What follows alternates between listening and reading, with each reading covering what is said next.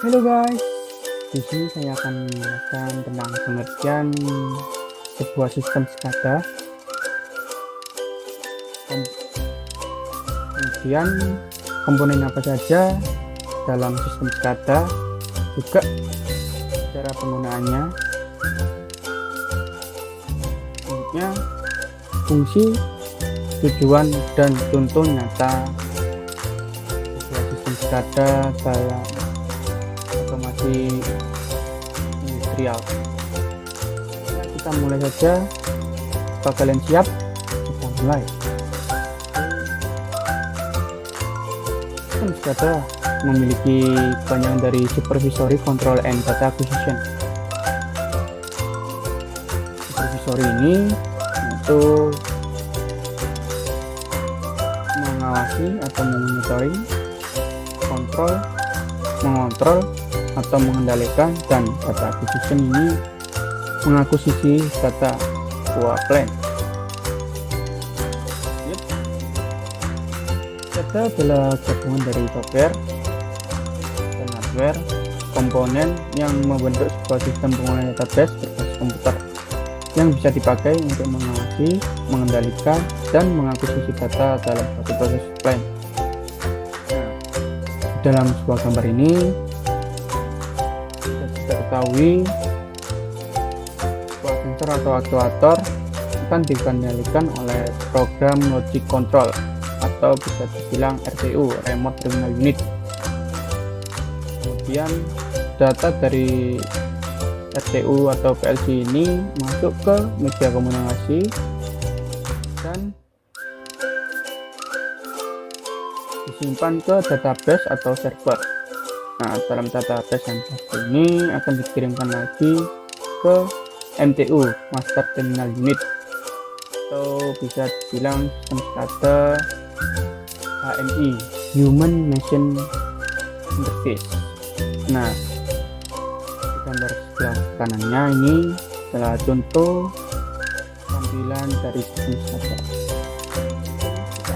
Lihat apa saja komponen SCADA. Yang pertama yaitu pasti ada sensor dan aktuator. Sensor dan aktuator ini masuk ke fluid device yang isinya adalah seperti motor, sensor, pump atau alat penarik sejenisnya. Untuk mengontrol atau mengendalikan sebuah sensor dan aktuator ini yaitu remote terminal unit atau RTU, dan bisa dibilang nama lainnya adalah programmable logic control yang diprogram langsung secara lokal. Kembali selanjutnya ada data and control, itu media komunikasi yang akan dikirimkan ke Human Machine Interface atau HMI, bisa dibilang MTU, Master Terminal Unit. Nah, Human Machine Interface dan PLC ini yang mengontrol sebuah sistem ini yaitu developer programmer PLC yang memberikan set value, yang mengendalikan dari jarak jauh dan mengontrolnya.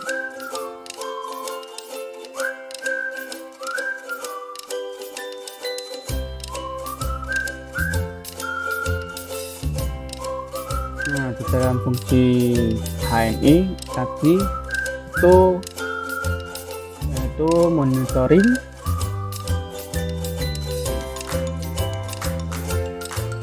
atau memberikan set value, action, alarm, dan trending atau real time.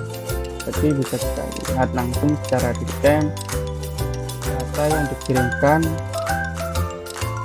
dari sensor, dan misal data yang dalam sensor itu penuh atau sampai titik dalam kita inginkan, dia akan menunjukkan alarm. Juga bisa action atau mengendalikan value atau nilai yang kita inginkan ke sebuah sensor melalui navigasi. Selanjutnya, apa fungsi dan contoh penggunaannya? Ya, bisa yang tadi, fungsi dari sistem SCADA itu untuk memeriksa, mengambil data, dan memproses sebuah data secara real time melalui jaringan komunikasi. Fungsi lain dari sistem SCADA yaitu melakukan eksekusi terhadap peralatan sistem tenaga listrik yang berada pada gardu induk, jaringan, dan pembangkit. Itulah contoh lainnya atau fungsi lainnya sistem SCADA. Nah, apa contoh penggunaannya? Contoh penggunaannya adalah merupakan salah satu tools yang digunakan dalam otomasi industrial. Contoh nyata seperti penampungan dan data dan distribusi air. Sistem SCADA digunakan untuk pemantauan dan pengaturan laju aliran air, tinggi, reservoir, tekanan dalam pipa, dan berbagai macam faktor lainnya.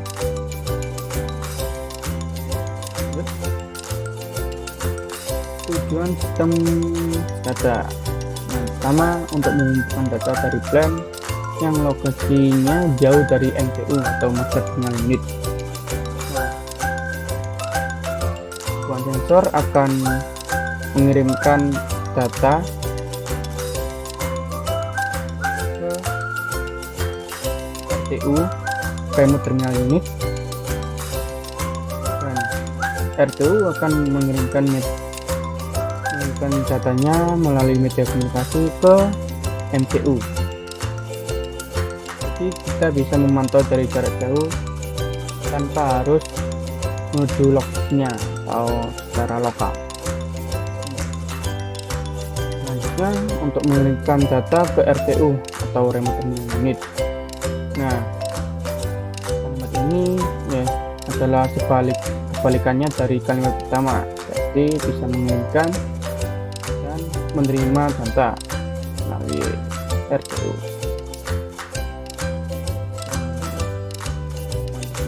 Mengambilkan data pada monitor komputer control room. Jadi kita bisa mengambilkan interface dari sistem SCADA ke komputer control room secara langsung. Selanjutnya, untuk menyimpan data ke hard drive dari master komputer. Jadi settingan dari PLC atau RTU tadi bisa disimpan ke hard drive dari master komputer tanpa men-setting ulang lagi. Hal apa saja yang bisa dilakukan sistem SCADA, yaitu pertama, mengakses pengukuran kuantitatif dari proses-proses yang penting secara langsung saat itu maupun sepanjang waktu. Jadi kita bisa memproses secara langsung sepanjang waktu dari jarak jauh. Yang kedua, mendeteksi dan memperbaiki kesalahan secara cepat. Nah, maksud dari penjelasan ini adalah kita bisa memperbaiki secara cepat karena tampilan dari sistem SCADA dapat dipahami oleh developer maupun orang awam. Mengukur dan memantau tren sepanjang waktu. Jadi kita bisa memantau dan mengukur secara real time sepanjang waktu. Memudahkan dispatcher dalam pemantauan keseluruhan jaringan distribusi tanpa harus melihat ke lapangan. Keempat, menemukan dan menghilangkan kemacetan bottleneck dan pemborosan efisiensi. Mengontrol proses-proses lebih besar dan kompleks dengan staf terlatih yang lebih sedikit. Jadi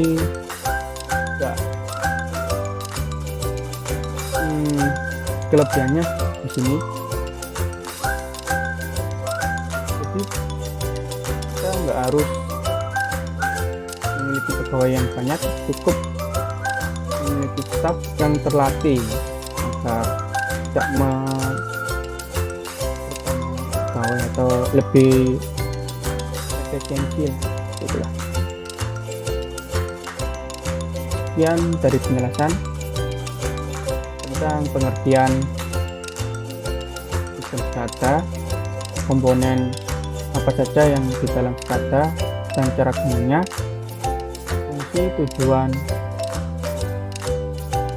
dan contoh nyata dalam sistem industri, juga